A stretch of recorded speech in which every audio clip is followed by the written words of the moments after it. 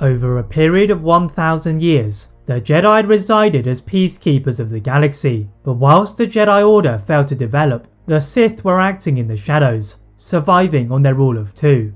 When the turn of the Sith fell to Darth Sidious, the disguised Senator of Naboo chose that it was the Sith's turn to emerge from the shadows, and breaking the rule of two, he decided he wanted to combine the powers of the Force with those of the Nightsisters, and selected the Zabrak Maul to become his apprentice. Killing his Master Plagueis to restore the rule of two, the plans of the Sith were somewhat scuppered by the defeat of Maul at the hands of Jedi padawan Obi-Wan Kenobi, and he chose the fallen Jedi Dooku as Maul's replacement.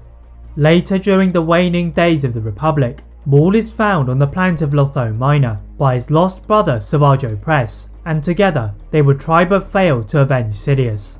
But what if Palpatine had chosen to train Savage Opress instead? How powerful would Savage become? Would Dooku become Palpatine's apprentice, or choose a different path? As you'll find out, the choosing of Savage could have changed the history of the Sith. Senator Palpatine had just departed from the comfort of Plagueis' apartment on Coruscant, but the Sith apprentice had been deliberately vague to his master, as he soon sought to displace him. Landing in the red mists of the planet of Dathomir, the Sith Lord bows to Mother Talzin, and she introduces him to potential candidates for a role of his apprentice.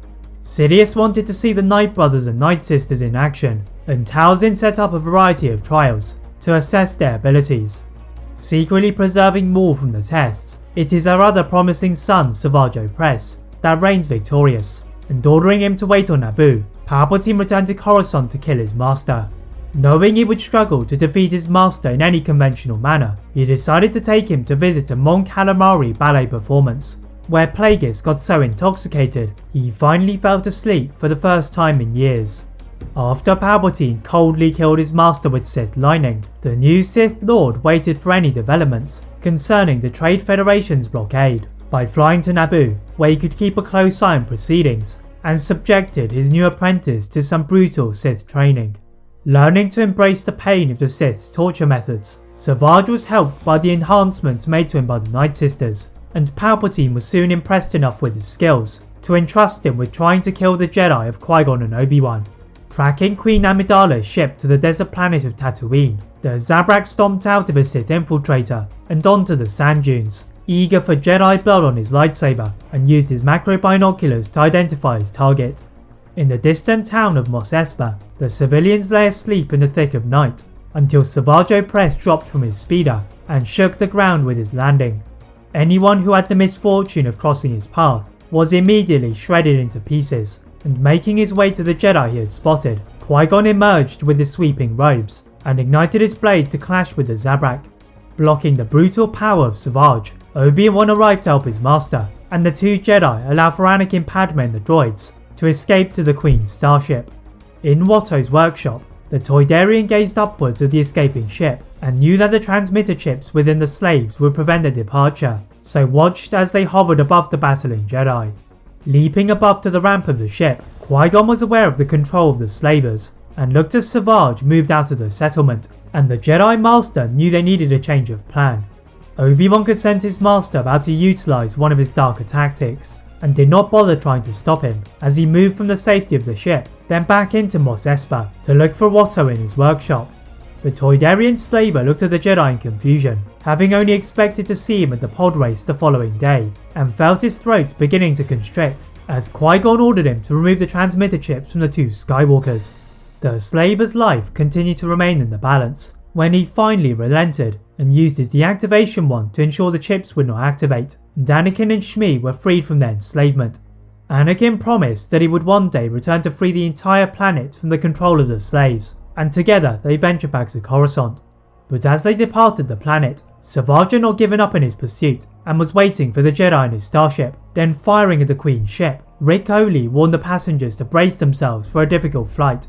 Swerving from side to side in an attempt to break the Sith's target lock, Savage is relentless in his pursuit, and being a mere passenger did not sit well with Anakin, who unbuckled himself to enter the cockpit and began to take over the controls from Rick Oley. Qui-Gon told the Queen to trust in Anakin, and the future Chosen One changed the position of the ship to attack, completely surprising Savage, who was forced to retreat. The failure of the Sith Apprentice is soon felt by his master on Coruscant, and Sidious ordered him to correct his mistake before he was replaced. Turning to the arriving ship outside of his building, Palpatine took the turbo lift down to greet Queen Amidala, hiding his disgust at the survival of the Jedi, and in particular Qui-Gon Jinn, whom his fallen master had warned him about. Entering the Senate arena, the Sith Lord carefully manipulated the other politicians, and especially Queen Amidala, whom he needed to propose a vote of no confidence.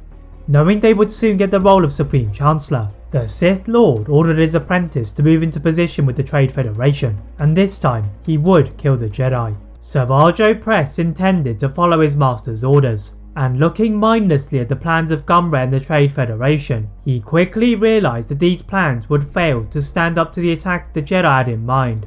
Although Sidious had tried to convince him about the abilities of the droids, Savage thought otherwise, and internally decided they would betray these Neimoidians to seek victory at all costs. As the Federation had planned, they took separate transport from each other, but through the moderately dense forest, Savage took a different path in his speeder and joined the armoured assault tanks on the valley.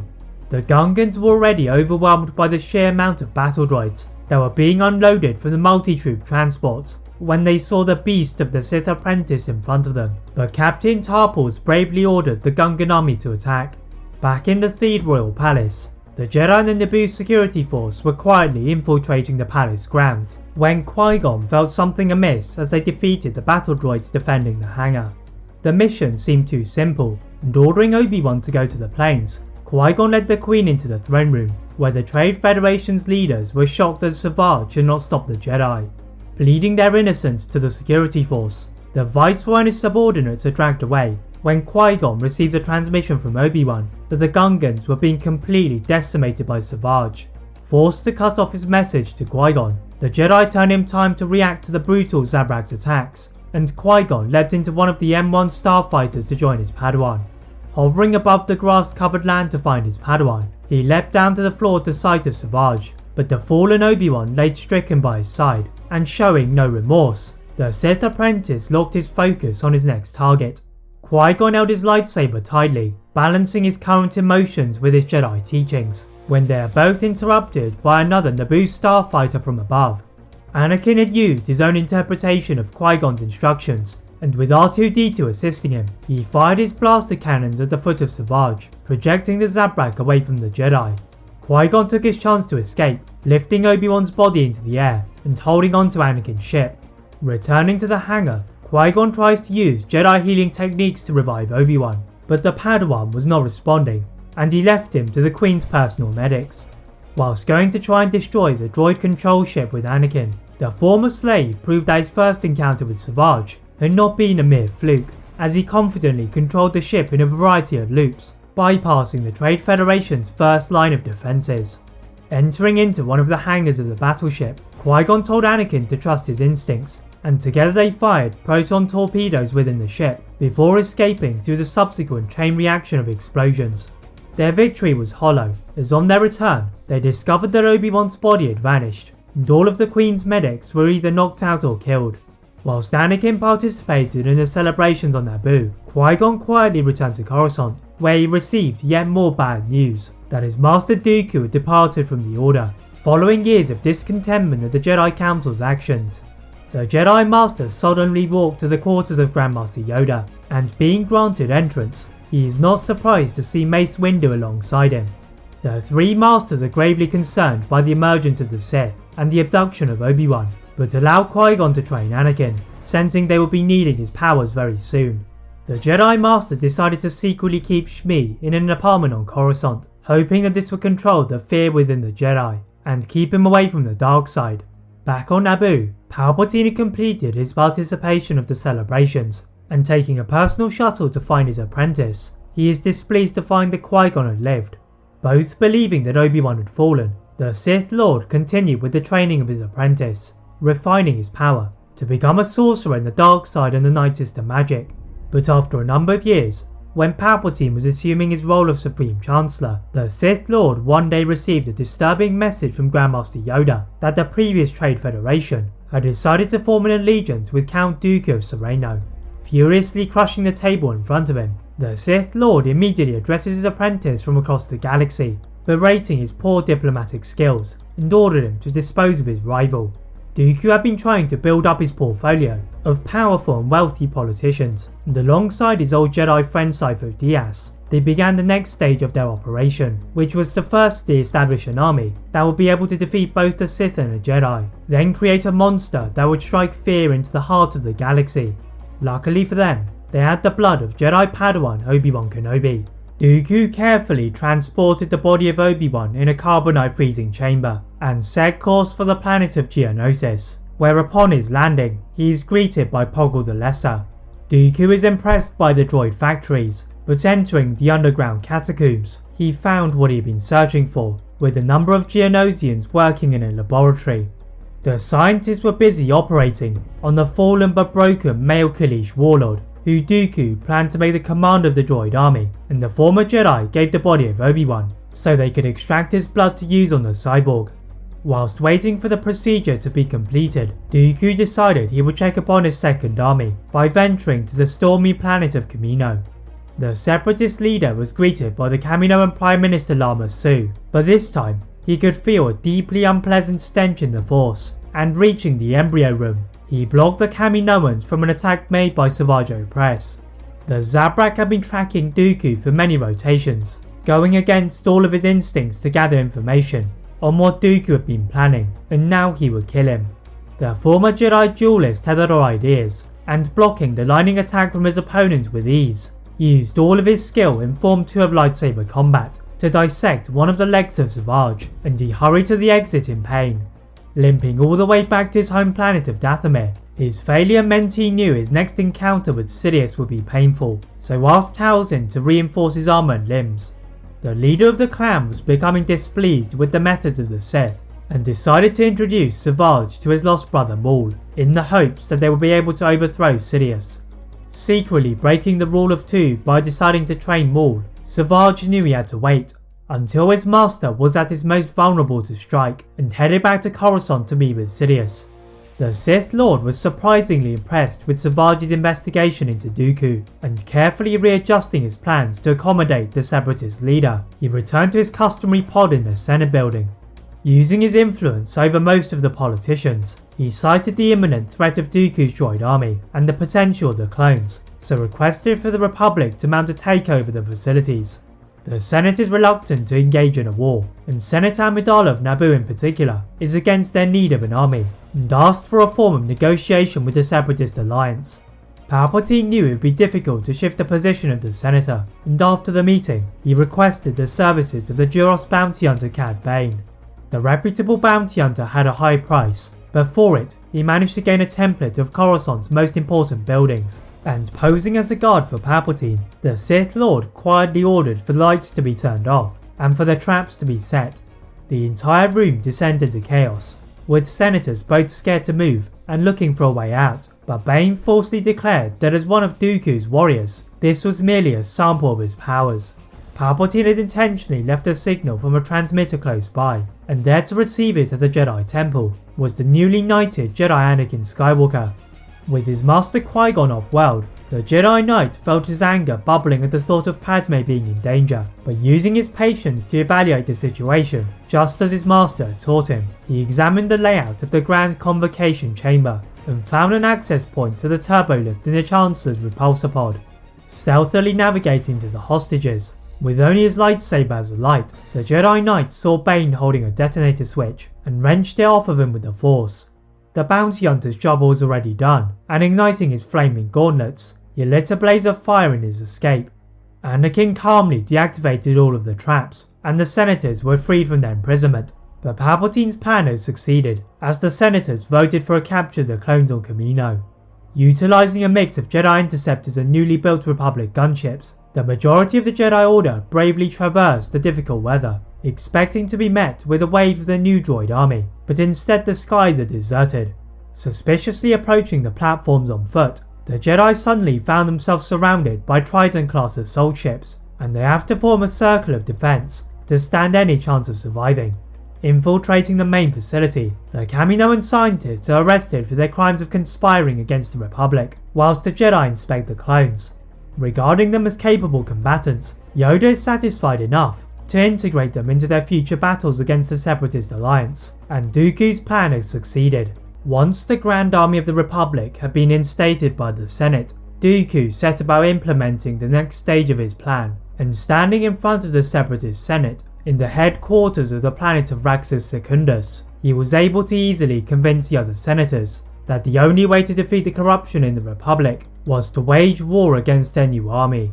Dooku restrained a devilish grin as the Senate roared in approval, but he immediately received a transmission from one of his associates that the operation on Grievous had failed on Geonosis.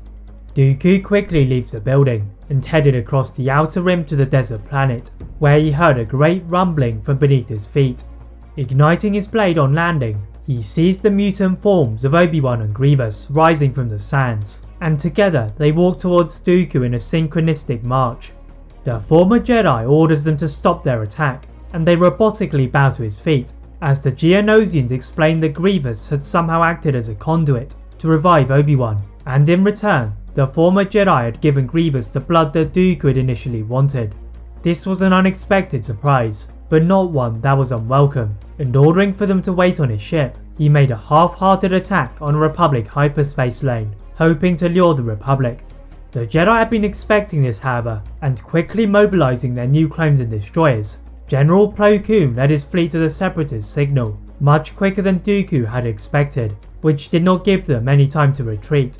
Nevertheless, the Republic were curious enough to not stop their advancement, and pushing into Separatist territory, Qui-Gon can sense the presence of his old master.